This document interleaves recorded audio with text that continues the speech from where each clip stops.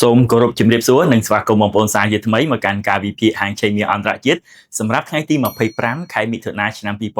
2026ហាងឆេងមាសនៅម៉ោង9ព្រឹកថ្ងៃទី25នេះគឺរក្សានៅតម្លៃ$3,980ក្នុងមួយអោនស្មើប្រហែលនឹងតម្លៃហាងឆេងមាសខ្មែរយើងគឺ$4,795ក្នុងមួយតម្លឹងឬក៏$479នៅក្នុងមួយជីហាងឆេងមាសបន្តធ្លាក់ជារៀងរាល់ថ្ងៃពីព្រោះតែលុយដុល្លារមានភាពល្អប្រសើរក្រោយធនាគារកណ្ដាលអាមេរិករក្សាអត្រាការប្រាក់ដើម្បីដំឡើងនៅចុងឆ្នាំនេះអញ្ចឹងយើងឃើញថាឥឡូវនេះប្រាក់ដុល្លារមានសន្ទុះឡើងល្អទាញតម្លៃហាងឆេងមាសឲ្យធ្លាក់ខ្លាំងបើទោះបីជាមានកិច្ចព្រមព្រៀងរវាងអាមេរិកជាមួយអ៊ីរ៉ង់ថ្មីៗនេះក៏ដោយបាទអញ្ចឹងឥឡូវនេះយើងចូលមកដល់ការវិភាគបច្ចេកទេសសម្រាប់ការតំបន់ទិញលក់នៅក្នុងថ្ងៃនេះវិញម្ដងបាទអញ្ចឹងហាងឆេងមាសជារួមគឺនៅតែបន្តរក្សាចុះ bearish បន្តទៀតហើយការផ្សើមិញនេះគឺចូលទៅក្នុងតំបន់វិភាគយើងទាំងអស់តែម្ដងតំបន់ទិញទី1យើងក៏ត្រូវតំបន់ទិញទី3យើងក៏ត្រូវលើកលែងតែតំបន់ទិញទី2ប៉ុណ្ណោះអញ្ចឹងក្នុងចំណោមតំបន់ទិញទាំង3របស់យើងត្រូវ2តំបន់ខុសតែមួយតំបន់តែប៉ុណ្ណោះអញ្ចឹងសម្រាប់ថ្ងៃនេះយើងបានផ្លាស់ប្ដូរតំបន់មួយចំនួននៅក្នុងការរងចាំទិញលក់ពីព្រោះតែទីផ្សារបន្តធ្លាក់ចុះអញ្ចឹងឥឡូវនេះដើម្បីស្របទៅតាមទំនោរបងប្អូនអាចរងចាំលក់បានហើយលក់នោះគឺស្របហើយប៉ុន្តែគាត់ថាតម្លៃវាឆ្ងាយបន្តិចដែរអញ្ចឹង retracement 50%ខ្ញុំគិតថាតំបន់ទី1គឺតំបន់4050និងតំបន់4060អញ្ចឹងតំបន់លក់ទី1នេះគឺជាតំបន់ទិញការពីផ្សារមិញដែលទីផ្សារបានឡងយើងឃើញថាចុះដល់នេះគឺឡងត្រូវជាមួយនឹងកាយភាពរបស់យើងក្រោយមកទៀតពេលយប់ទៅ break ធ្លាក់មកបាទនឹងតំបន់លក់ទី2គឺតំបន់4100និងតំបន់4110អញ្ចឹងកន្លែងនេះក៏ល្អដែរវាជា resistance ការពីផ្សារមិញដែលទីផ្សារឡើងមក respect ហើយ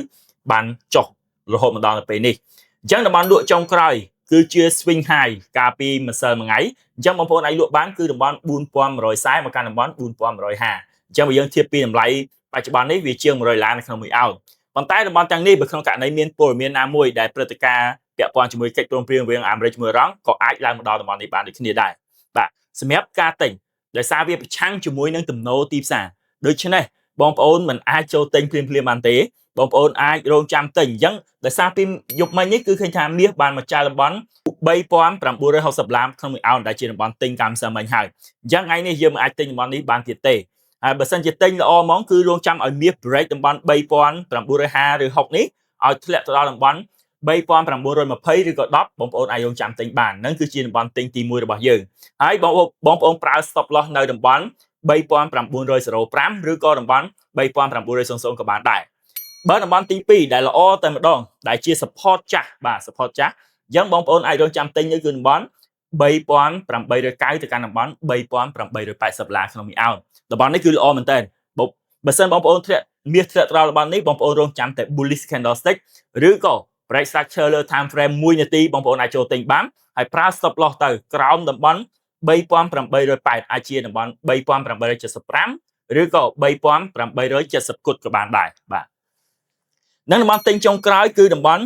$3,800អញ្ចឹងកន្លែងនេះជា psychology level បងប្អូនអាចរកចាំទិញបានទៅកាន់តំបន់$3,790ក្នុងមួយអោនតំបន់$3,800នេះខ្ញុំគិតថាថ្ងៃនេះក្នុងករណីដែលទីផ្សារធ្លាក់ទៅដល់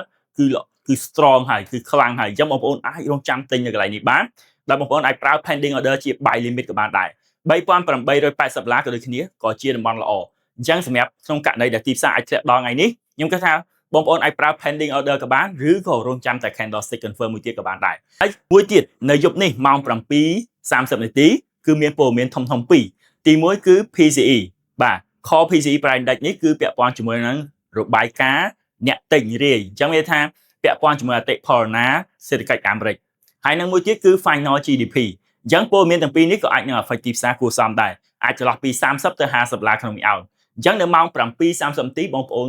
ចូលមានភាពប្រុងប្រយ័ត្នសម្រាប់យប់នេះណាអញ្ចឹងបច្ចេកទេសរបស់ខ្ញុំគឺមានត្រឹមប៉ុណ្នេះហើយក៏ជូនពរបងប្អូនទាំងអស់គ្នាឲ្យចូលជួញដូរចំណេញគ្រប់គ្នាសូមអរគុណ